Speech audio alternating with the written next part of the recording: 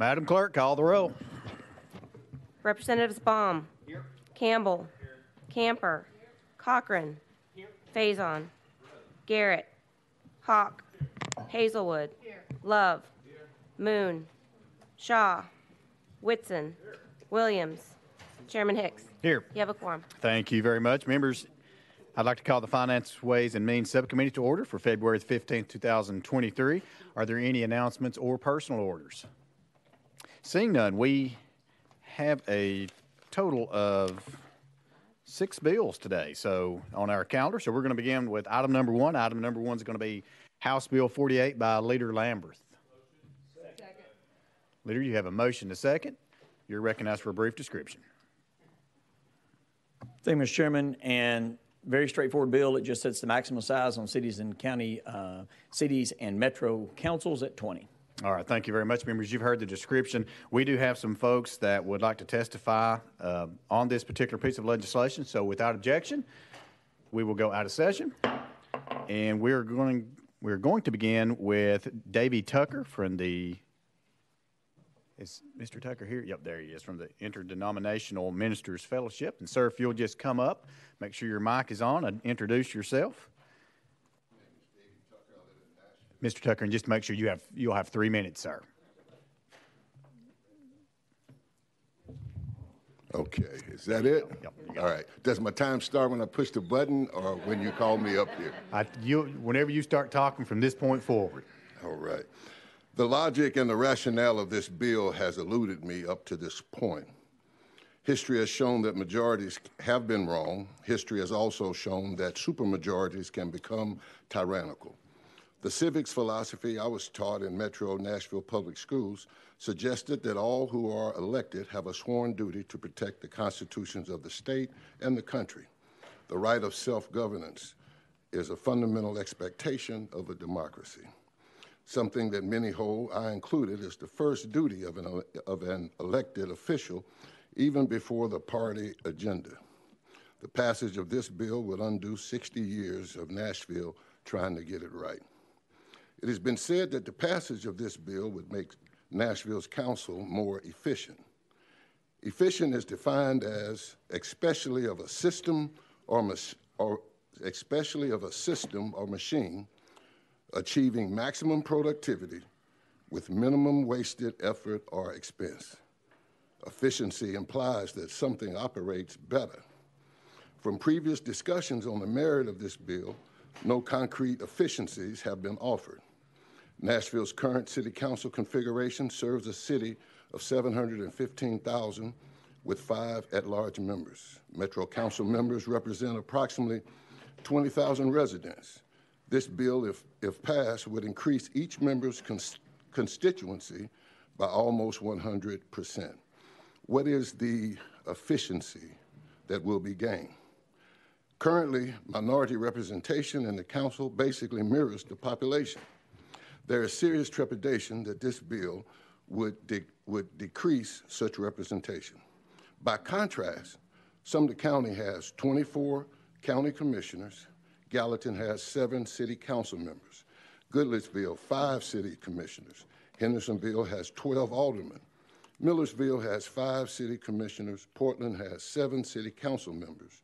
Westmoreland has 5 aldermen, and White House has 4 aldermen for a total of 69 aldermen, commissioners, and council members in a county where the total population is a little over 200,000.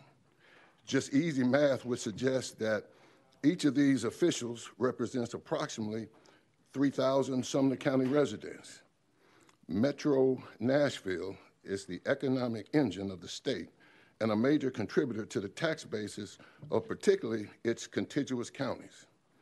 If efficiency is the aim of this legislation, should not these ambiguous efficiencies be made clear and debated before such a drastic, potentially damaging decision be made?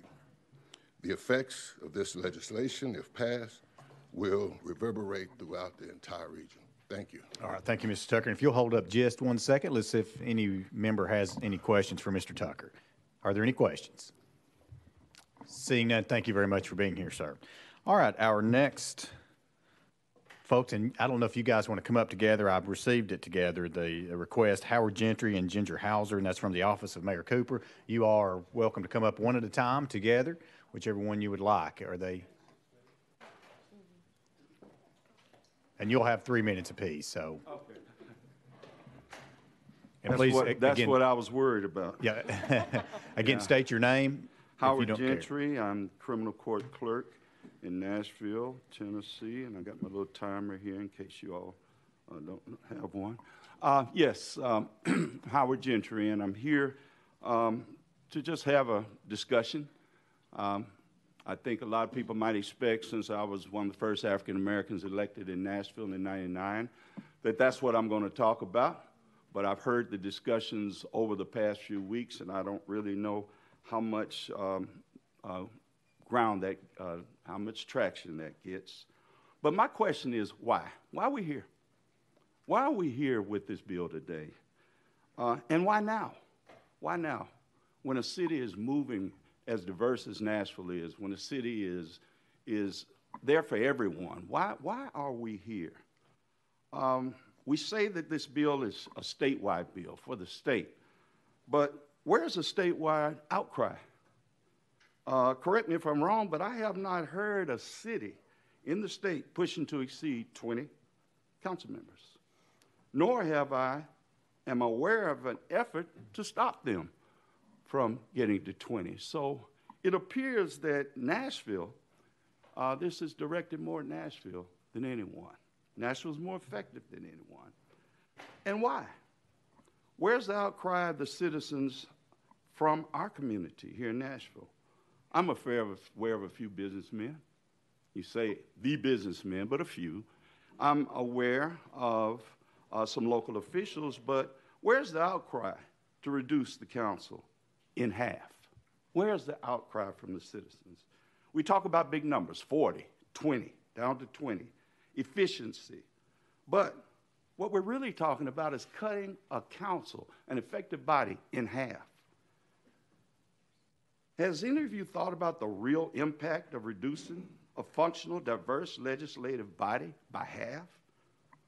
Have any of you asked your local officials about how cutting their council in half will affect their legislative process, representation of their citizens, their ability to have a diverse body? Have you asked how they would feel if the state inadvertently came in and decided to cut their council in half? Has anyone done a study to see the true impact of cutting the Metro Council in Nashville from 40 to 20, the effect of altering the election cycle, how these changes affect the charter, the effect of these changes on representation of our minority, diverse, and disenfranchised population? But the bigger issue, have you ever considered what representation in Nashville would look like? Moreover, what would it look like in your own cities if your council were cut in half?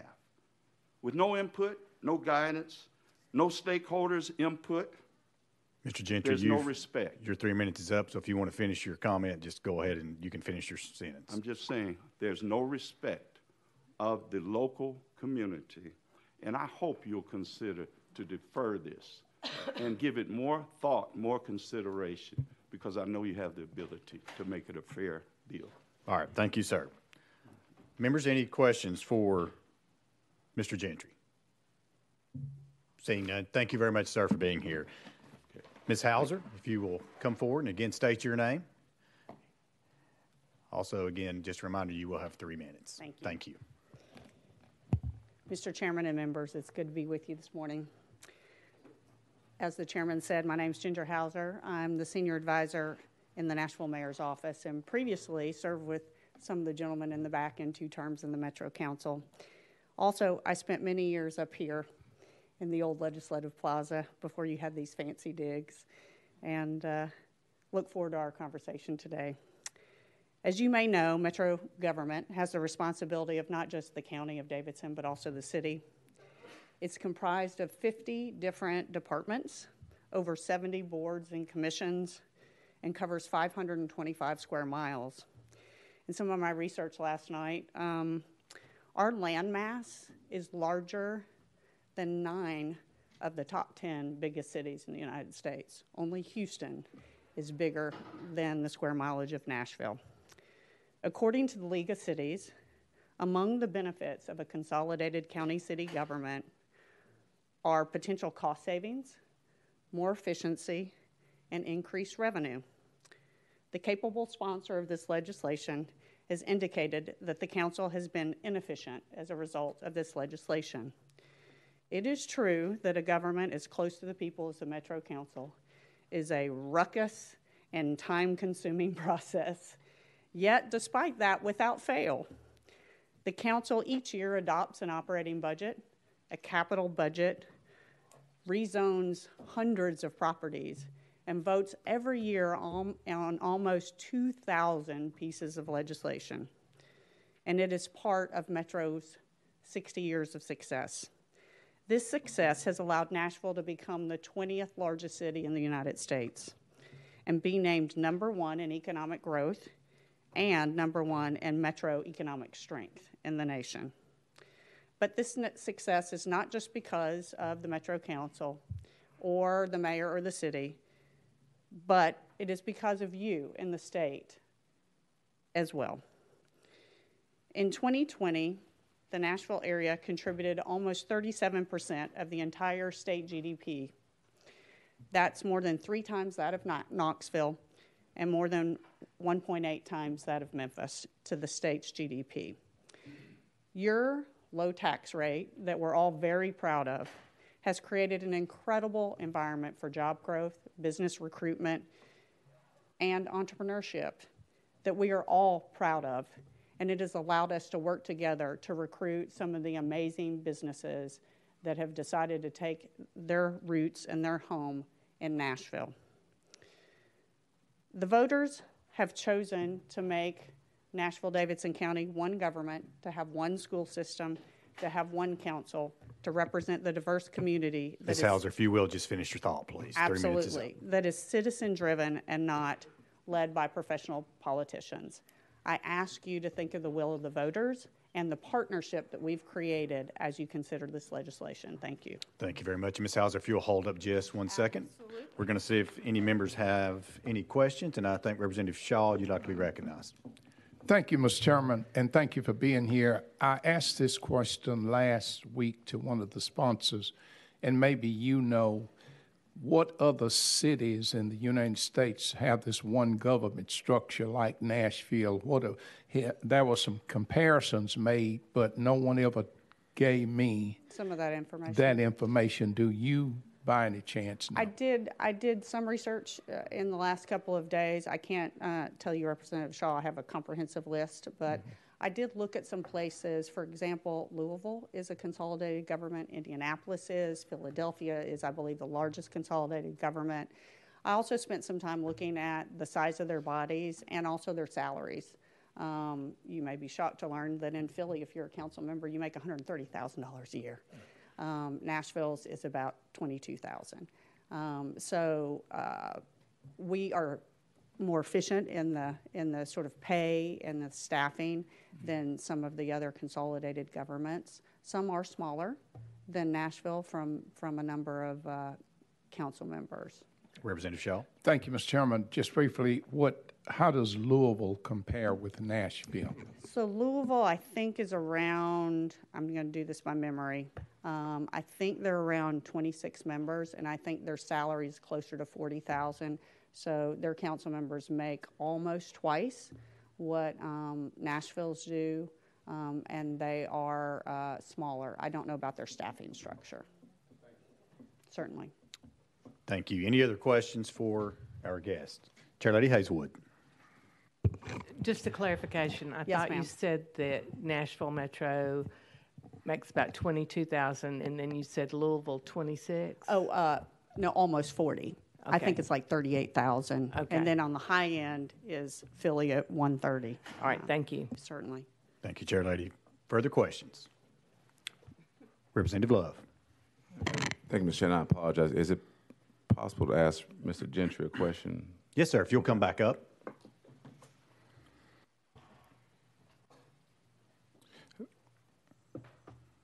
Thank you, Mr. Gentry. You mentioned that you served as council member at large, I think, but you also served as vice mayor at one point. Is that correct? Yes, I was for 8 years. You were talking about the issues with reducing the size. The vice mayor's job is, in a nutshell, to do what? To run the council meeting and run it hopefully effectively and efficiently, but also to vote when there's a tie. In your experience as vice mayor of Nashville, would you have had more difficulty running the Metro Council efficiently if it had been 20 members versus 40? I don't know if I'd had more difficulty, but what I would have felt was the effectiveness of the council. If you have 20 people opposed to 40 people, it could cause the council to be to have more of a bully pulpit in that situation.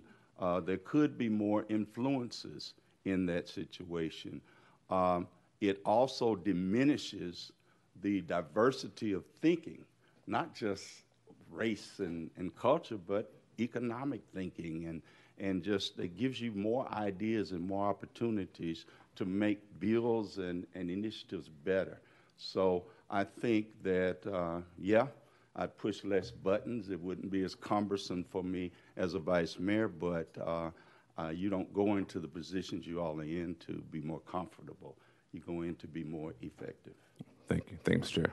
Thank you. Further discussion? Leader Cochran. Thank you, Mr. Chairman. And this is for either, and I mean, you guess just more of an observation. So I think in one of the presentations you mentioned the relative size of Nashville compared to the other largest cities in the U.S. So I was just doing a quick Google search up here. So Houston was given as an example as the one that is larger in land area. Houston has 16 council members. I looked at others in the top 10. Phoenix has 8 council members. San Diego has 9 council members. San Antonio has 10 council members. Are we not out of line? Are we not? Are we? I don't feel like that we have so many that the Nashville is in the 40s and these others are that low. Are we saying that that's in line? I think we both want to answer this one. Having been involved in the League of Cities for almost 10 years and going around the cities and seeing other councils, it is impossible to look at another city and absolutely look at their numbers and their dynamics and compare them in reality to your dynamics within your city. Are they growing like we're growing? Do they have the diversity that we have? Is their economic engine the same? I mean, is their mayor, is the mayor on the council or not on the council? There are so many other things that you have to look at. So you can't just look at numbers. Are they being paid full time? Do they have a full staff? I mean, it's just all these things. And as I look at the economic impact of cutting us to 20 in Nashville and to say it's going to save us money, no, it could cost us money if we're going to represent the city the way it should. And we're at 700 today, but we could be at 900,000 in 4 or 5 years. So I don't look at other cities and look at their numbers and call that a good comparison. Representative Cochran. Thank you. I would just say that the presentation looked at other cities in comparing numbers. I'm telling you, that's my answer to you. Okay. And thank you for the question. To clarify, many of those largest cities aren't consolidated, so I think Houston, for example, is set up very differently and approaches zoning in a totally different way than Nashville. I was really looking at land mass, and where I do think that is relevant for the Metro Council is council members in Nashville are really the last stop for zoning. And as you might guess, when you come in every day, all the cranes around here, we are exploding in our growth. And the fact that we have one of the largest land masses for a local government and the council is in control of zoning really makes that a pretty burdensome task as a former council member to deal with zoning issues. So trying to think of how a council member that maybe has 2 or 3 times the number of constituents might be trying to juggle 100 zoning bills at one time without currently a full-time staff, I think is challenging, and I think it probably will require us to look at staffing increases, salary increases, that sort of thing. I do know we submitted that as a city in our fiscal note, and I do know that the fiscal note does not reflect perhaps some of those changes that might result from this legislation. Is that helpful? Okay, thanks. Representative Cochran. All right, further questions for our guests. Representative Hall. Thank you, Mr. Chair. What is Metro Nashville's budget, yearly budget? I think it's about $3 billion. Is that correct? Looking at Jim. I think it's about $3 billion. Thank you very much. That's, Thank you, Mr. Chair. that's operating, not capital. Okay. That's Representative Hall. Thank you. Representative Garrett. Thank you, Mr. Chairman. I was curious, you mentioned in your remarks that there's commissions, that there's boards, that there's nonprofits I'm sure you're available for. Can you name one of them that has more than 40 board members on your different commissions? The Nashville Public Library has 6.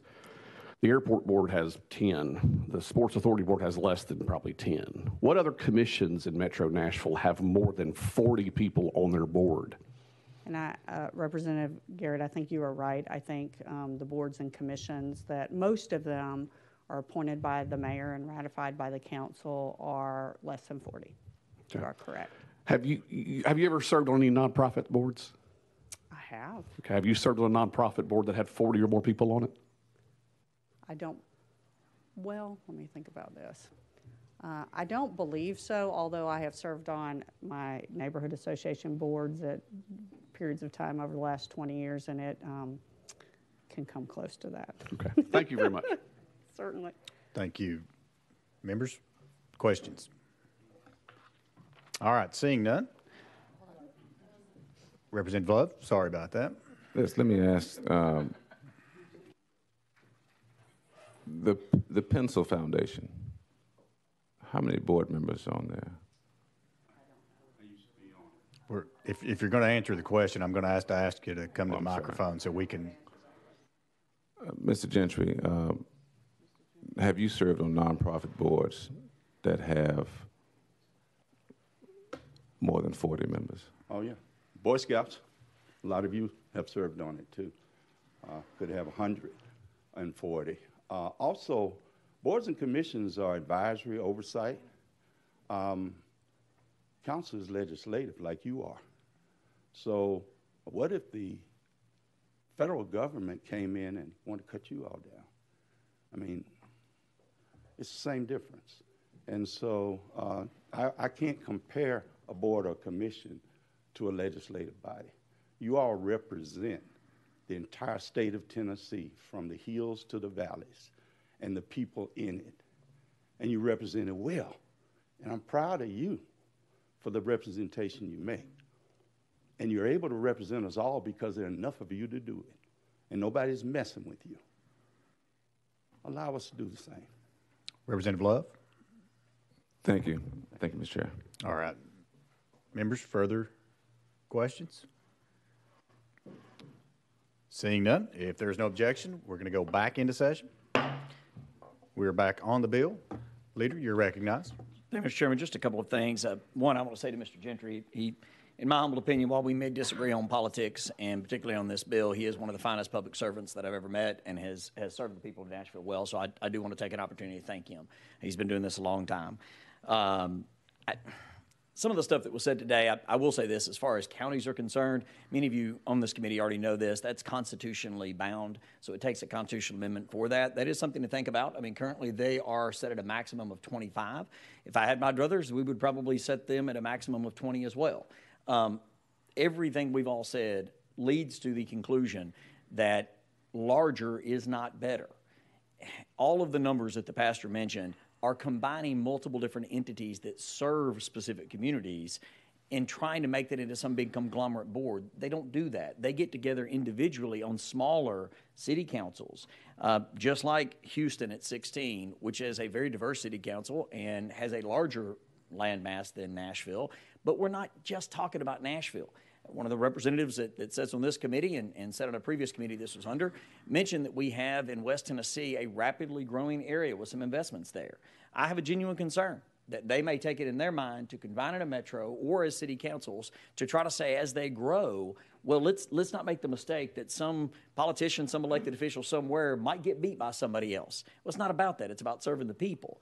And I don't want anybody to grow above 20. It doesn't work in other places, and there's only two places. New York and Chicago are the only two cities that have a city council larger than 40. 20 simply works better, 20 and under, and we're setting a maximum of 20. That doesn't mean they have to hit 20. Most of our cities in this state are well below 20, and they work really well, and they serve their people well. So that's all this is about, is just setting a maximum city and metro councils at 20. I would implore you and ask you to vote in favor of this. It just simply will work better. And as far as diversity, all these other cities have very diverse city councils and represent the diverse communities well. I think the problem is just change. It's different. It's not what, at least one city in this state has been used to for the past 50 years. And I could sit here and throw stones and list you, a dozen different things that I may disagree with from that particular city on how it has not worked well, but I'm not here to do that. It's not about one city. It's about setting a policy statewide on how large do we, as the entity who actually created these metros and cities, believe that they should be allowed to grow to or be above. Thank you, Mr. Chairman. Thank you. Members, we are now on the discussion piece of the bill. And Representative Hawk, you're recognized. Thank you, Mr. Chairman. Leader Lamberth, I was in a similar situation to you about 5 years ago, ironically, and I asked the question about the budget for Metro Nashville, and was answered at $3 billion. As we look at other deliberative bodies that invest taxpayer funds as well, I'm reminded of a budget that we consider for the University of Tennessee system just a few moments ago that is also $3.1 billion. And the memory from 5 years ago takes me back when we were working on legislation to streamline the Board of Trustees at the University of Tennessee from a 27-member board that had really gotten out of hand down to 12 members, operations of the University of Tennessee System Board. And although there are apples and oranges difference, much like how Metro Council operates with the boards, commissions, special committee meetings and committee chairs and sub-organizations under Metro Council, University of Tennessee System works in a very similar way.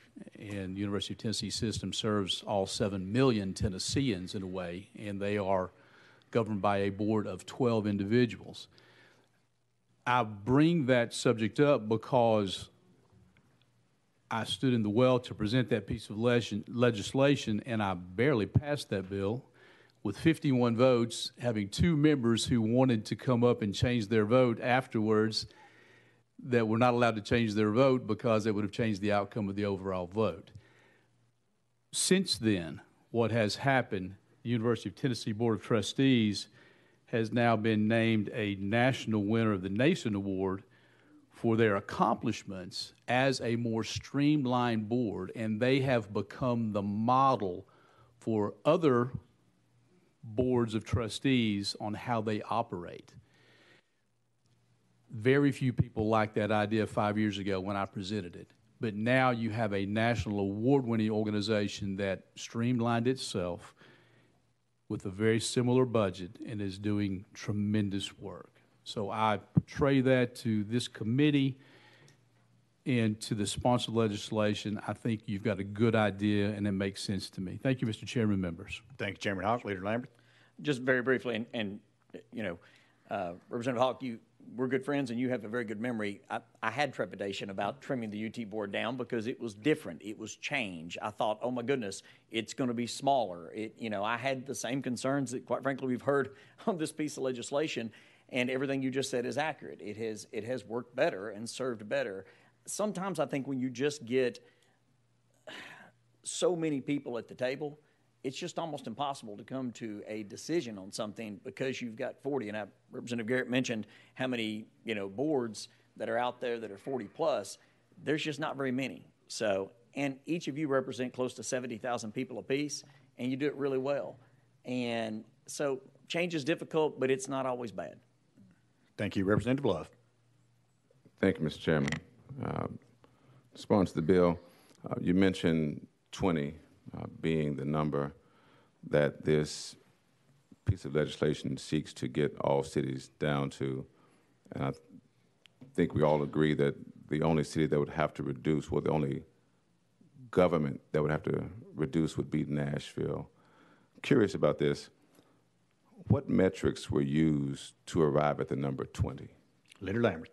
So what I did is I looked at cities throughout the country, and we looked at other similarly population and land size and everything else, and started looking at just kind of how large other cities out there were. And this has been like really over the last several years, kind of just in conversations with different people. We looked at San Francisco at like 900,000 people. It's 11 city council members. Seattle is at 9. Denver's at 13. Oklahoma City was at 8. Memphis is at 13. We already mentioned Houston at 16. There's just not very many you can find out there that are above 15. My initial thoughts when really looking at cities throughout the country was that it should be below 15.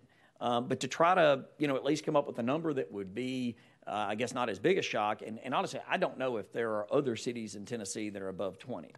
No one has contacted me. I am making an assumption because of that there are not any. But I don't ever want anybody going above that either. And based on what I saw in other cities throughout the country, really under 15 is ideal. But this gives at least a little bit of wiggle room there if, someone wants to go all the way up to 20. But you're not going to find very many above 15. Representative Love. Thank you, Mr. Chairman. And that gets at part of my question. I'm looking at Hartsville, which I think is a metropolitan form of government. And their population is quite a little bit lower than Nashville's. And we oftentimes talk about ratios in the classroom, how effective a teacher can be. And the ratio of council member to citizen in that particular metropolitan form of government seems to be working. And I'm curious again, seems as if it's kind of close to what they're dealing with, the number in that city with close to 20, what they have. And I'm just, again, what metrics, like did we say that one council member for every 35,000 is more effective, one council member for every 27,000 and a half is effective? And I apologize, I'm in my PhD mode now, thinking about metrics. So is it that we use? What do we use other than just scanning the country? This is Tennessee, and we oftentimes pride ourselves on the Tennessee way. So we're talking about the Tennessee way. What is effective for our region of the state, and what example out there across the state? What city did we look at to say, you know what? 20 is it, because at 20, this particular metropolitan form of government or this city is getting it right and doing what we expect them to do. Leader Lambert. Thank you. And again, it's looking at similarly situated cities that are growing, that are somewhere between 800,000 to 1.2 million. And when you start looking at that, you just don't find very many over 20. In fact, the only two I could find were New York and Chicago. Not exactly the best examples of cities that are well run. I'm sure they do some things well, but not exactly the best examples. And I've got a good friend of mine that has told me this for years. If you're doing something nobody else is doing, you've either hit on the best idea anybody thought of and everybody else is going to start doing it, or you got a bad idea that you probably need to change. And I'm paraphrasing that, so I apologize to my friend for not quoting him exactly. But, I mean, we have at least one city that we've heard from that has, had 40 city council members for, 50 years. And that wasn't the original design. Nashville's original charter that was put out there was proposed to be at 21 members. So it's not just me. It's not just us. Just group dynamics in general. And it's not about the number of constituents per representative, so to speak. So much of that is personality. How hard is someone willing to work? How hard is somebody willing to get out there and get into the community? But when you're talking about group dynamics on a specific entity, again, when you look at the UT board, when you look at city councils, when you look at boards and commissions, you just don't find very many above 15 or 20 folks, not that are effective. Representative Love. I would add to this that Nashville, as compared to New York and Chicago, may be a different comparison because we're talking about, with Nashville, a consolidated government. For example, Berry Hill, Goodlettsville, Oak Hill, Belmead, and Forest Hill, although they have their own governments, Metro Nashville Davidson County provides some services to them. And that's not happening across New York or Chicago, where you have satellite cities that are getting other services from a metropolitan form of government. Because in New York, you have New York City, then you got New York County. And I don't think Hartsville is providing services, they could be, to surrounding satellite cities.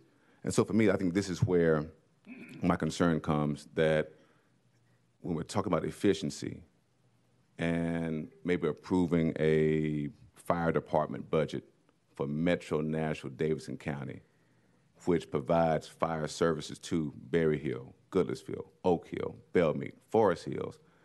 Now what you're getting into is maybe not producing a more efficient government, but one that actually may be a bit slowed down, because as the budget process that we all know on this committee can become a bit difficult to maneuver sometimes, I'm just thinking that maybe that number, which is why I was asking what the metrics were used to get to 20. And that's because there's no question, there's just, those are my statements about that we don't forget that it's not just Metro Nashville Davidson County, but the consolidated government of Metro Nashville Davidson County provides other services to places outside of Nashville. Thank you, Mr. Chair. Thank you, Representative Love. Leader Lambert. Okay, next on the list, Leader Camper. Thank you, Mr. Chairman. Mr. Leader, I think Representative Love talked to the issues that I was concerned about. I feel like there's this false comparison between cities like a Chicago, like a Seattle, and the ones we've heard. They're not metropolitan forms of government. So you have, in the metropolitan form of government like we have here, it's the entire county and all the satellite cities that are being served. And oftentimes these smaller towns need to have representation there on these councils. So I just kept hearing, you know, like Houston, where Houston and Harris County, if you look at Harris County, it's a much larger landmass, and you have like 32 other cities within it that all have councils that represent them that's not represented in Houston. So I just thought that was a false narrative to be talking about with respect to city and county forms of government. But I do have a question, Mr. Sponsor, about the amendment that went on. I think it extends some of them to 2024. Leader Lambert. Is that? Yes, so what we didn't want to do is any cities out there that needed to shrink down. Obviously, when we drafted this, we weren't entirely aware of how many that would include, but we anticipated that there would be at least some, and we've heard from one for sure. That redistricting process is entirely up to them to handle, and also some other decisions as to what number to hit. I mean, we're setting a maximum here. We're not setting a minimum, but how many to have. Again, I have at least put my opinion out there that I think under 15 is what works really well for most others, including Memphis and other entities out there. But they've got to decide that. I mean, you know, whether or not the vice mayor is a voting member, whether or not they have at-large, how those districts look. So to get that done this year is absolutely possible, but it's a tight time frame. And so literally just to give folks one more year, which we have done every time we move like a city's election from August to November, and we've done hundreds of those, you can extend a term, but we cannot truncate one. So in order to be able to actually get this done in a timely manner, it was either do it this year or extend those terms out 1 year to give them that year to be able to make these decisions. Leader Camper. And if there's a member who decide, I'm ready to go, I don't want this extra year here, then I imagine that'd be a special election to replace them for that year, or how do you see that happening? Leader Lambert. So the other part of that amendment is the governing body of a municipality may take any action by majority vote of the governing body necessary to implement and facilitate this section, irrespective of any provision of a charter or private act. That's up to them on how to handle that. I will tell you, I think that's pretty selfish on that person's part if they just want to give up and go home and abandon their constituents. I would hope they would not do that. Leader Camper. Okay, thank you. I was just trying to make sure that the local body had the wherewithal to deal with that, because some people may feel there's a term limit violation, maybe a lawsuit later, and I was trying to make sure that you know, they're not being sued because they didn't, you know, follow the rules in which they felt they were operating in. I think that's it, Mr. Chairman. Thank you, Mr. Sponsor. All right, thank you. Representative Shaw. Thank you, Mr. Chairman. Mr. Leader, always highly respect you and your work, but I do want to ask you,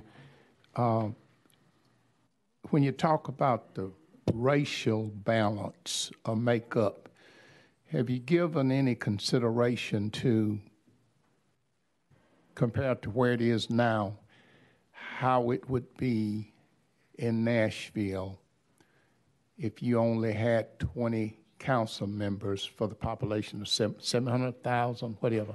And I don't know at this point how many are white, how many are black, others, I don't know. But normally on a board, and I go back to remind myself when I first came to the legislature, the district that was redrawn was because there were not enough people of color being represented in West Tennessee. We had the legislators. They were representing all the people, but the people of color were not getting any attention. And normally on a board, it takes that board member of that particular race to really identify what's needed in those communities. And that's kind of why they said, of course, I've had to run for the district, but that's why we have District 80. They said in West Tennessee, we kind of need a person of color to be able to identify and to work with the other people of color to kind of know what they need, the needs of the state, vice versa. So doing this, trimming down to 20 members, how is that going to affect the representation, overall representation of Nashville? In other words, will there be a Caucasian representing the black communities who may or may not understand the really needs of that community, if you kind of see what I'm saying? Mm-hmm. Leader Lambert. Yeah. So really two different things there. I mean, who to elect is up to the people of Nashville or any other city. They can set whatever criteria they would like when somebody knocks on their door, shakes their hand, as to whether or not they want to elect that person. So that's up to each one of our cities and metros as to who to elect. As far as their representation, this will vastly improve it. I mean, again, all of these other cities do it well, and they do it with fewer council members. And so that's going to definitely improve, and it will save approximately $500,000 a year. So on the fiscal note, it saves $509,800 per year after next year. And so no doubt about it, it saves money. That they could just chalk that into the coffers, or they can use that for additional staffing and everything else. They cannot violate in redistricting, just as we cannot violate all of the laws, regulations, and court cases that are out there to protect the other aspect of what you were mentioning. If they have majority-minority districts now, that percentage is going to have to be the same, whether the council is 10, 20, 40, or 100. That can't change. And so I would caution any city that goes through redistricting ever, either through this process or anything else, to always keep that in mind.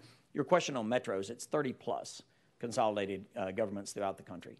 So, and from little bitty to larger, but it doesn't seem to be something that a lot of cities have gone through, cities and counties, but there's 30-plus of those throughout the country. Representative Shaw.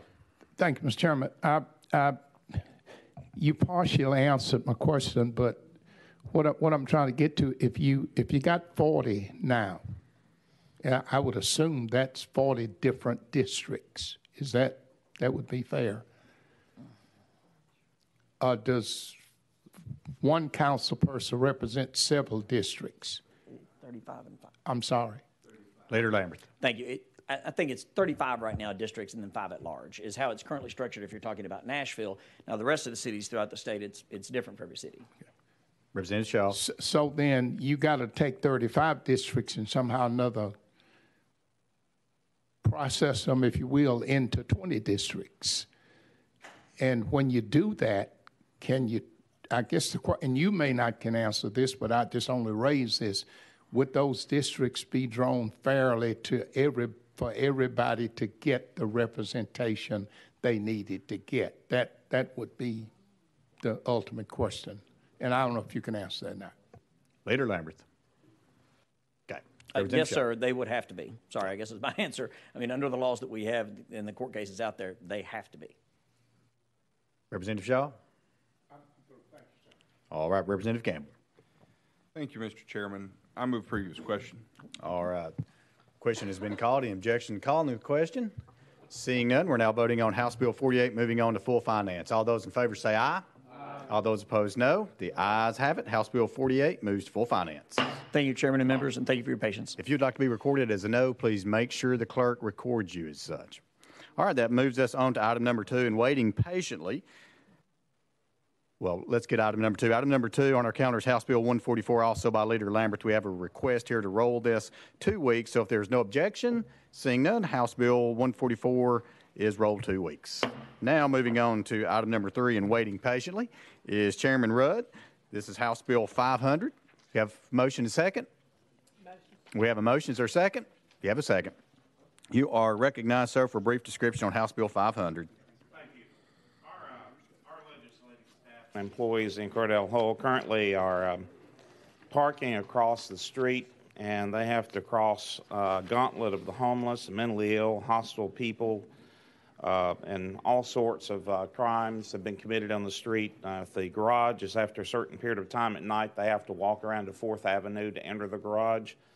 Also, several employees' cars have been damaged through falling concrete in the garage. I talked to the architect when that originally built this, and at the time in 2017, he said it would be a lot cheaper and easier to build this garage on the other side of Cordell Hull because he doesn't have 3 buildings and the stone of the Capitol of 3 retaining walls. This would only have a partial retaining wall against the back half of the entrenched area at the base of the Capitol, and the others would be freestanding.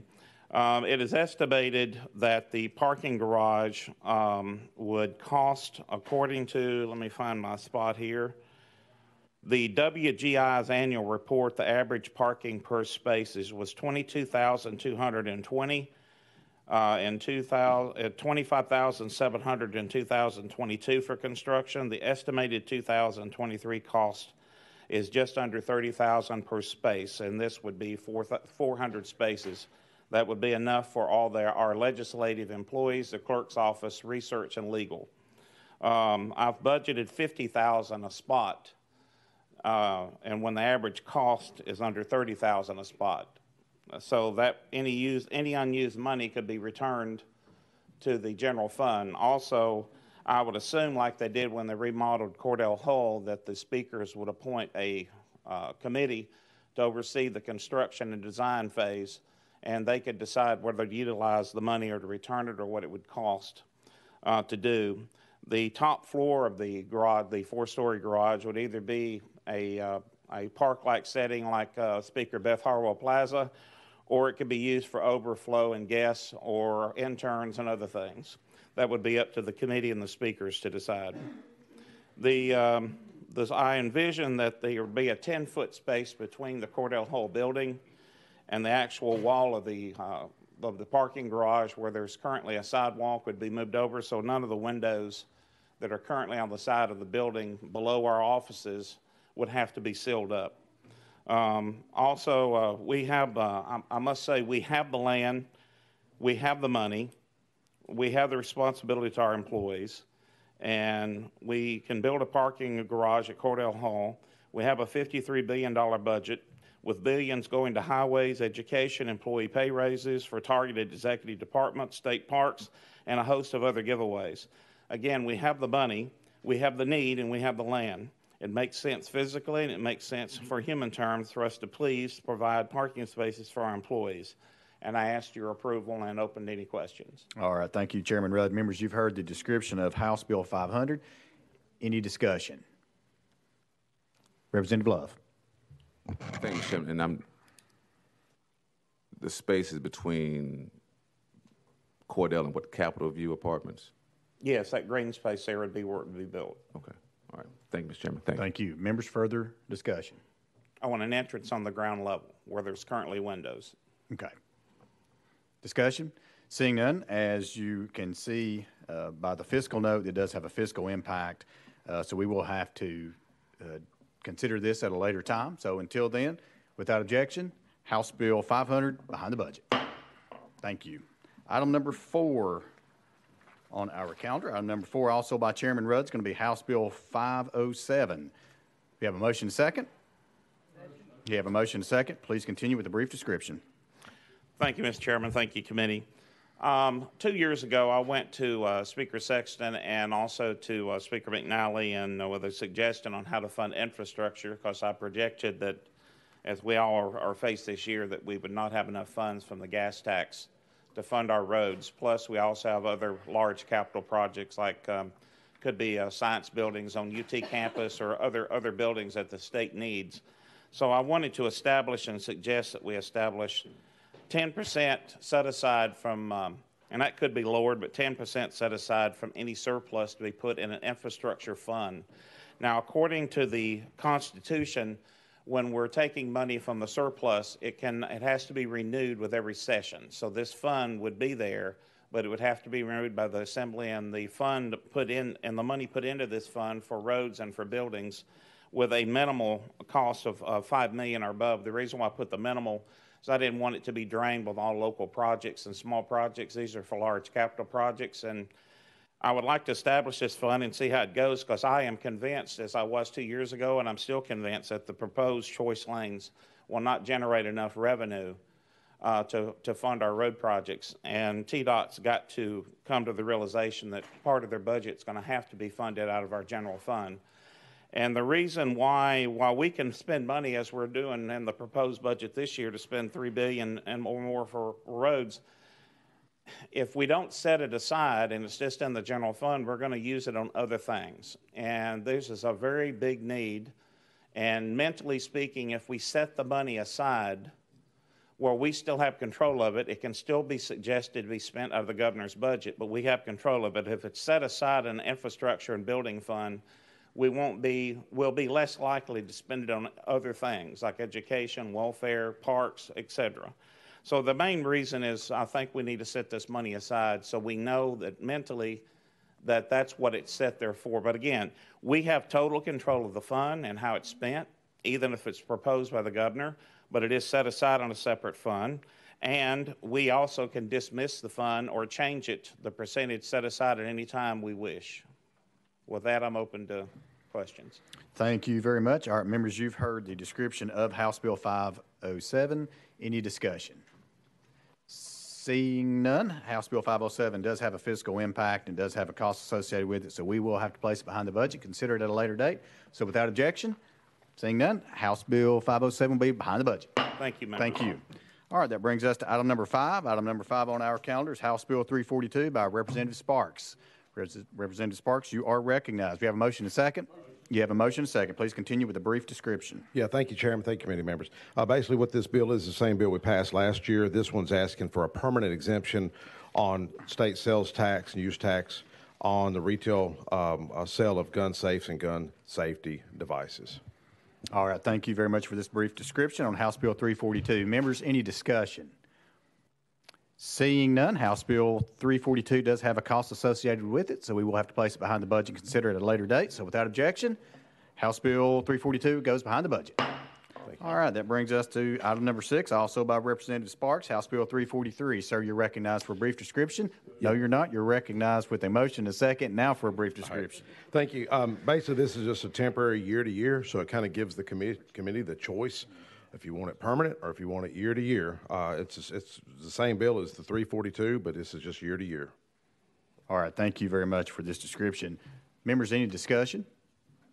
Seeing none, House Bill 343 does have a cost associated with it, so we will have to place it behind the budget and consider it at a later date. So without objection, House Bill 343 goes behind the budget. Thank you, Chairman. Thank you, committee. All right. Members, that completes our calendar for the day. Is there any further business coming before the committee? Representative Williams. Thank you, Chairman. I know I'm out of order, but I did notice that a former chairman of the subcommittee and the former leader of the House Majority has walked in the back of the room, and I do notice that he is still glowing from having a building named after him over the weekend. And so I will say one of my favorite sayings, and I think it applies to today, is he said that local government is the outpost of state government. And I think he said if with a majority vote, we could move the capital anywhere we wanted to in the state of Tennessee. And so I'd like to make welcome Leader McCormick to the back of the room. Thank you. Certainly good to see you. Chair Lady Hazelwood. And to tag on to that, I have been getting some complaints from the aeronautical community about the size of the sign and the fact when they're trying to land their planes at the Chattanooga airport, it's become something of an impediment because it is quite large, but we are quite proud. Absolutely. Thank you very much. Representative Campbell. Thank you, Mr. Chairman. And while we're discussing Leader McCormick, I just want to say I want to be the first, okay, to wish you a happy birthday because I know it's about a week away. I happen to know the date because we were born a day apart and, perhaps a few years too. But happy birthday. Thank you, and happy early birthday. All right, members, any further business? Seeing none, if there's no objection, we stand adjourned.